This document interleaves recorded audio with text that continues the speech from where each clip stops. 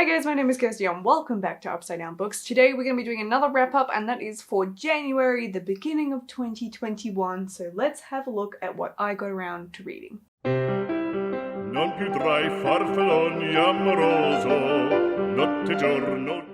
I actually had a really good reading month in January, surprisingly. I had a lot of catching up to do. I finished the end of 2020 with quite a few unfinished books. I think I was in the middle of about 4 or 5 books and I really wanted to get them done.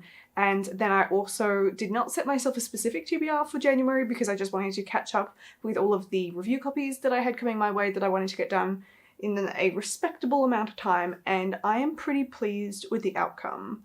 I managed to read 8 books in total, which feels like a bit of a win. And so I pretty much, I think I rated nearly all of the books somewhere around 4 or 5 stars. So it was a pretty high scoring month.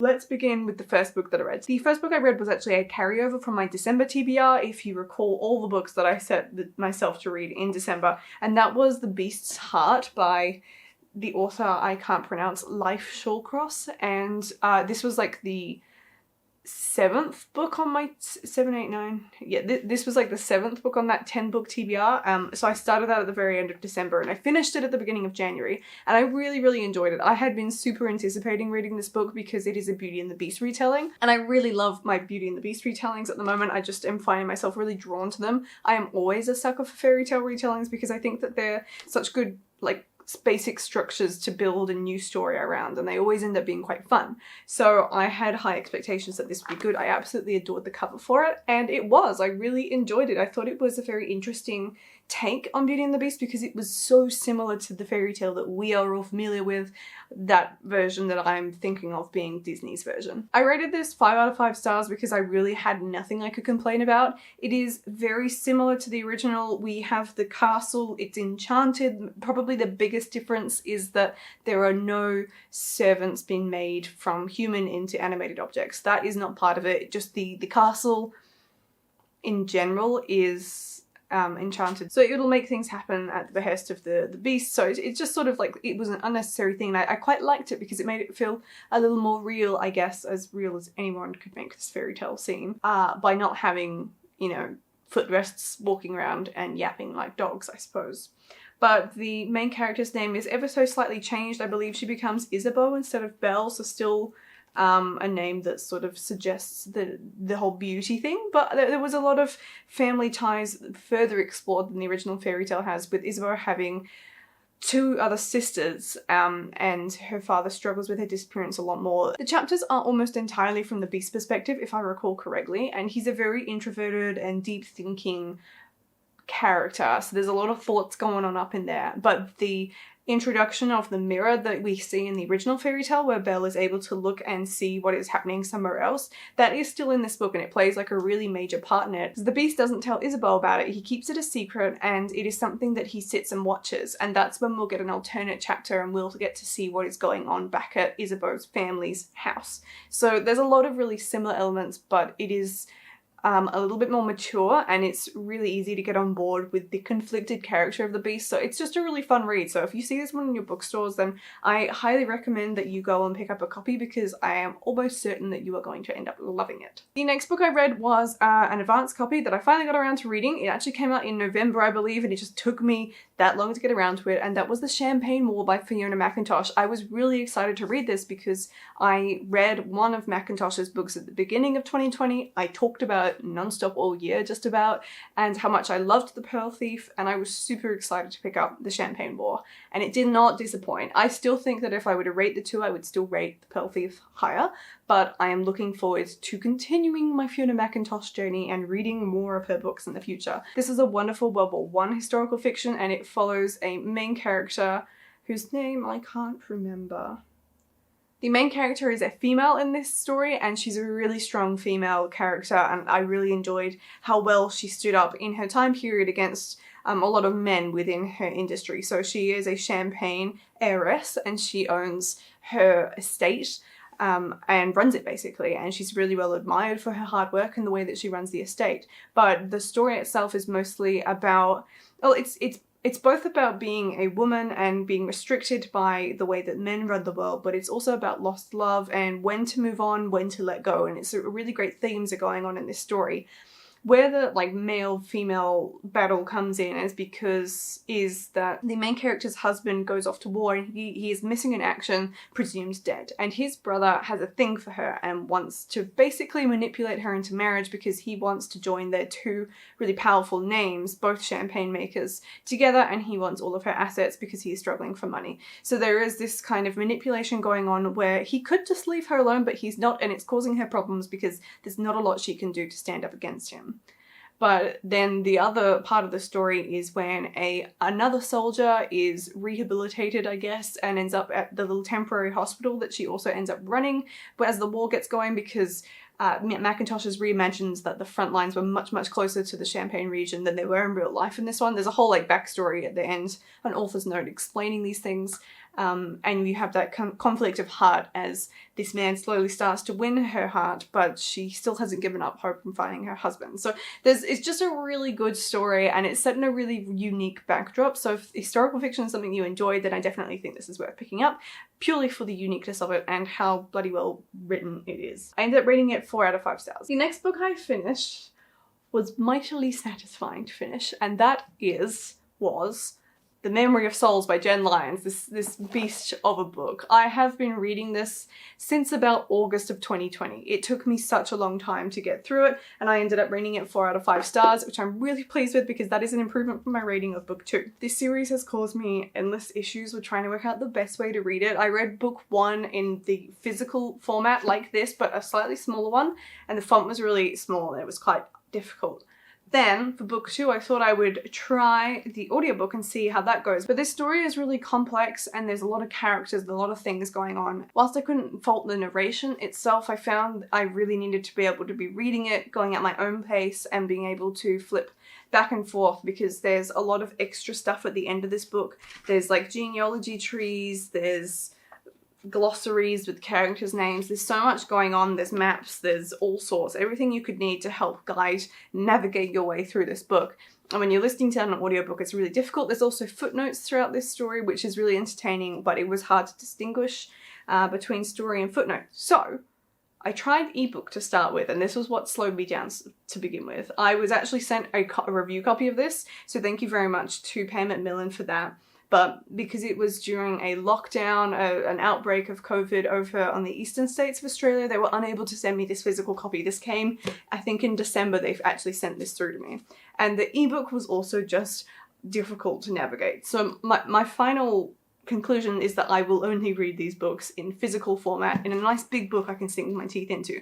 This is of course book 3 in the series, so I won't talk too much about it, but if you are a big lover of fantasy and you like your complex fantasies, like Game of Thrones, I guess, would be something similar, but I almost think this is more complex than that. This has got a lot of characters, it's got a lot of complex details, it's super diverse, there's so many things going on and being embraced in this book, but it does require you to actively be present whilst you're reading it to keep up with what's going on. If you can manage that, it's a really rewarding story about a mismatched group of people from all over this kingdom trying to basically save the world. And it's hilarious, it's sassy, it's got every kind of relationship in it you would want to see represented in a book, and it's well worth the task.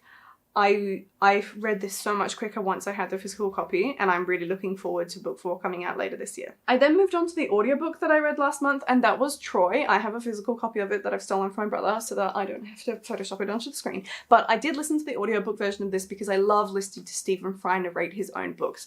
I am a massive Stephen Fry fan, if we're not already perfectly well aware of this, but I just love the way that he writes his books, and I love the way that he narrates them as well. I had to keep reminding myself as I read through this that this was all mythology that he was padding out into this beautiful story, and that we really have no idea how much of it is true. But this is, as the title suggests, the story of Troy in ancient Greek times, which is following along with the Greek mythology theme of this series. I think this series is literally called Stephen Fry's Greek Mythology. The first one is called the first one is called Mythos, and the second one is called Heroes, and then a whole book was dedicated to Troy, and this was just wonderful and entertaining. The personalities and drama that Fry manages to insert into all of the characters' goings on in this book is so entertaining, and I thoroughly enjoy reading it. You do not need to read any of these books in any particular order. I think if you're being really picky, it makes sense to read them in the order they're published, simply because it's sort of progressing through time, but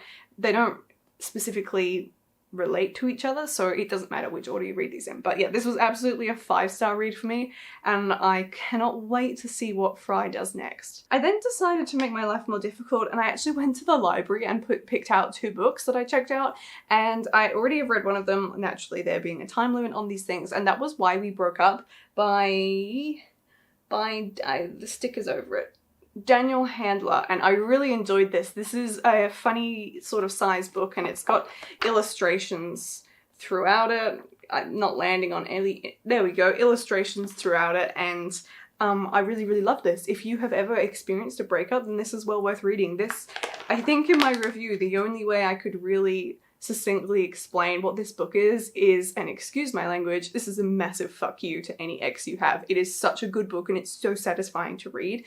I would highly recommend picking it up. If you have ever experienced heartbreak, it has a wonderful array of quotes on the back of different authors who have read this and reviewed it talking about it. It's really funny and it's really entertaining, but essentially what it is it's the story of the main character's heartbreak with this guy who just took her for granted, and every chapter section is explaining all the little things that went wrong. So she has a box of items from like bottle caps to pieces of paper to jumpers, you name it. And she goes through in this letter to her ex explaining the story behind each of these items and the small thing he did wrong that all added up to the reasons why they broke up. It's really funny, it's really entertaining, and I think it's a very clever book. So this was a 5 out of 5-star read. It was a wonderful surprise. It's something I have had my eye on for probably about 5 years, and when I saw it in the library, I just thought, I have to finally read this. I was so surprised to see it in the library, but big thumbs up from me for this book. That brings me to the second last book that I read in January, and it was another review copy, and that was Kristen Hanna's book for 2021, The Four Winds. This was thoroughly tragic and hard going, and I think I definitely need to start by saying you need to be in a good frame of mind before you pick this book up, because it is just such really heavy-hitting themes. It's brilliant, it's beautiful, it's spectacular. It's set in the Great Depression. It follows one girl who just always seems to struggle with her life, and then the depression happens and she's got her family to look after, and it's the struggle of not fitting in, people not wanting you, and when she tries to find relief coming from Texas to California, not being accepted there either, and all the prejudice that is rife. But then also the solidarity between her and everyone else who's also struggling to get by. Like, there's a lot of really hard-hitting themes in this one, and it was, at moments, quite depressing to read, and very sad, but it's very profound, and I think if you've read any of Kristen Hanna's stuff before, like The Nightingale, The Great Alone, then you probably know what to expect, because Kristen Hanna's very good at giving us curveballs that really hit us where we weren't expecting, but I thought that this was brilliant, and I rated it 4 out of 5 stars. So that brings me to my final book of the month, and it was another review copy, look at me go, and that was Kingdom of Sea and Stone. It has taken me about 4 months to remember that title. For whatever reason, it just does not stick in my mind. This was another 4-star read, and it completed a little duology that I have been reading. So this came out several months ago, but I have been meaning to get around to this ebook. I had the ebook of it sent to me on NetGalley for review, and it's just, you know, life gets away from you. But this is the sequel to Crown of Coral and Pearl, which has received quite good reviews, and it was a book I really enjoyed last year, and I just flew through this. This book was brilliant. It was just, there's nothing to fault it. It was a perfect conclusion to the duology. It was just as good as book 1, and I think that in all, this duology is brilliant. If you're looking for one of those series that just sort of gives you a nice complete story without taking too many books to do so, this is the one for you. This is supposedly, I've heard it's meant to be a Little Mermaid retelling. It's the loosest Little Mermaid retelling I've ever read. I would say it's not a retelling. We've got this kingdom that entirely lives on, like, floats in the water, on the sea, and they're not allowed to step foot on land. And that's probably the main parallel that you could draw. And Nor is a twin sister, but she has a scar on her cheek, and the premise is that the kings, the princes from the kingdom on land, always pick a princess from this water kingdom. And It's supposed to be Noah's sister, but Noah's sister doesn't want to go because she already loves someone, and they swap places, and that's where the story takes off. There's other romance interests in it as well, but on the whole it was just like a really good adventure series, and I was really satisfied with how things wrapped up in the end. So that was a big tick for me as well. So those were all of the books that I got around to reading last month. I am really pleased with the reading I did. I'm especially pleased that I managed to finish The Memory of Souls. I think I had a really good reading month, so let me know in the comments down below if you've read any of these or if you're planning to, and I will see you in my next video. Goodbye.